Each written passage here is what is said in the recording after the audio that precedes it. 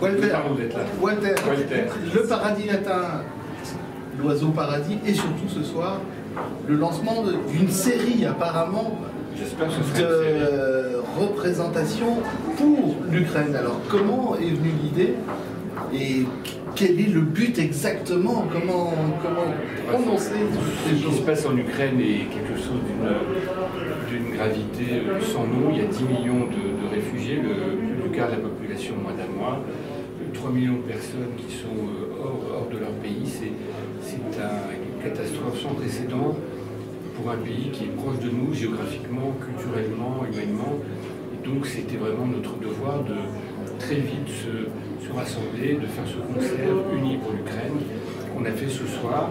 Il y a eu, je crois, beaucoup de gens qui l'ont apprécié, donc on est amené à le refaire dans le futur. Quand vous avez fait ce concept, vous aviez déjà pensé qu'il y aurait autant de personnes qui seraient intéressées? Non, mais on l'espérait. Après, c'est vrai qu'il y a un mouvement de solidarité qui était important.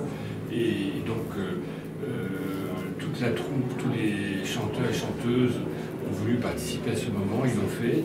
On a fait un concert, je pense, qui est très beau. Et donc, on va probablement continuer à le refaire de temps en temps. Quel était votre grand moment pour vous dans le concert? C'est le moment où Oksana a parlé, où elle a dit, et puis les différentes chansons qu'on a eues, peut-être les chansons que quand on n'a que l'amour, chanter pour ceux, toutes ces très imagines, toutes ces très belles chansons. Qu'est-ce qu'on vous souhaite maintenant? D'en refaire une, voilà. Merci beaucoup et merci, à très bientôt, toujours dans ces lieux. Voilà, merci beaucoup. Merci beaucoup à vous. Oksana, fait la... Oui, je m'appelle Oksana Melnichuk, je viens de Kiev. J'aime préférer de parler dans les autres circonstances, mais les circonstances comme elles sont. Et je tiens à remercier le peuple français pour la solidarité et la fraternité, vraie fraternité et vraie solidarité avec mes compatriotes, avec mon peuple ukrainien qui défend maintenant sur la première ligne, sur les premières frontières de l'Europe, tout ce qui est très cher pour nous tous, c'est liberté, l'égalité. Vous nous parlez français là? Du français, c'est très important, liberté, égalité, fraternité, c'est notre devise en France. Mais voilà, je le dis exprès pour expliquer qu'est-ce qu'on défend en Ukraine maintenant. On défend en Ukraine maintenant toutes les valeurs européennes. On a commencé ces battre en 2014, donc c'est la lutte finale, peut-être maintenant. Mais c'est vrai que la solidarité de tout le monde entier est très importante, parce qu'on a parfois l'impression que les valeurs, le temps contemporain, il oublie un peu les valeurs. Et maintenant, les valeurs sont mises en valeur. Il faut s'en souvenir que sans liberté, sans l'égalité, sans liberté, Maintenant, vous allez pouvoir nous dire comment vous êtes arrivé au Paradis Latin pour présenter ce spectacle, non pas un spectacle, cet événement. Bon, c'est pas moi qui présente l'événement, c'est Walter qui présente son événement. Je suis invitée par Walter, mais notre route était très longue. On est parti de Kiev le 24 février, dès qu'il y avait les premières raids. Et on est arrivé en France le 11 mars. Ça a pris le temps et on a été aidé par plusieurs personnes en France. D'abord, on a été aidé par le théâtre de la Tête Noire d'Orléans et par un comédien de Neuville-aux-Bois, une petite ville à côté d'Orléans qui s'appelle Jacques Cortez. Ce sont les deux barbons qui nous ont récupéré la frontière de Bologne pour amener jusqu'à Orléans. Et pendant la route, j'ai eu un appel de la part de mes amis journalistes français qui m'ont dit: Oksana, on va te mettre en contact avec Walter Butler qui voudrait aider l'Ukraine. Il cherche le contact pour avoir une lettre d'adresse de porte to porte.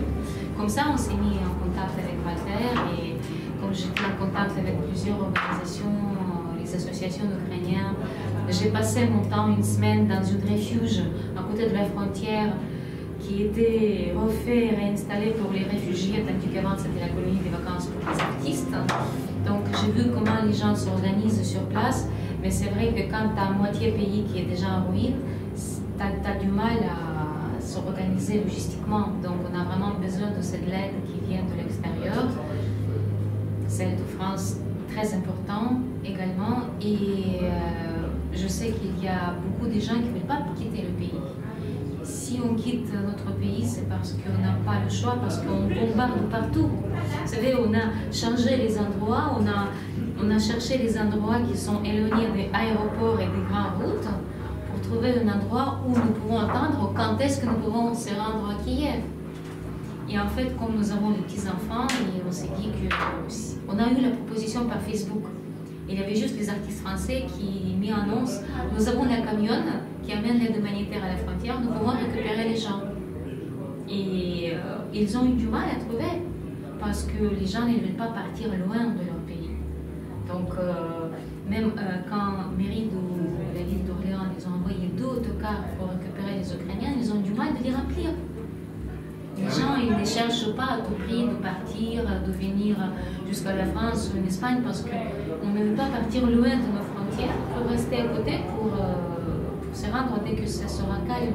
C'est très dur de vivre avec les raids aériens, franchement. Je n'ose même pas imaginer. Je peux vous dire que la notion de bonheur s'est raccourcie à une toute petite chose. La nuit tranquille sans les raids aériens et la possibilité d'allumer la lumière dans votre appartement le soir. Parce que nous vivons avec les bougies maintenant, pour se cacher de ces horreurs. Et vous pensez rester longtemps en France où vous n'avez qu'une envie, c'est de retrouver vos amis, votre famille, vos compatriotes? J'ai envie de rentrer le plus vite possible à Kiev pour débarrasser cette belle ville de toute cette truc moche qui était fait par le bombardement. Je suis plutôt prête de ramasser les pierres, vous voyez, avec mon chariot, que rester ailleurs, à l'extérieur. Il faut être utile. Et je n'ai qu'une seule envie, c'est rentrer. Madame, je n'ai qu'une envie, c'est de vous embrasser, de vous dire à quel point je vous admire. Oh, merci beaucoup. Merci. Merci à vous.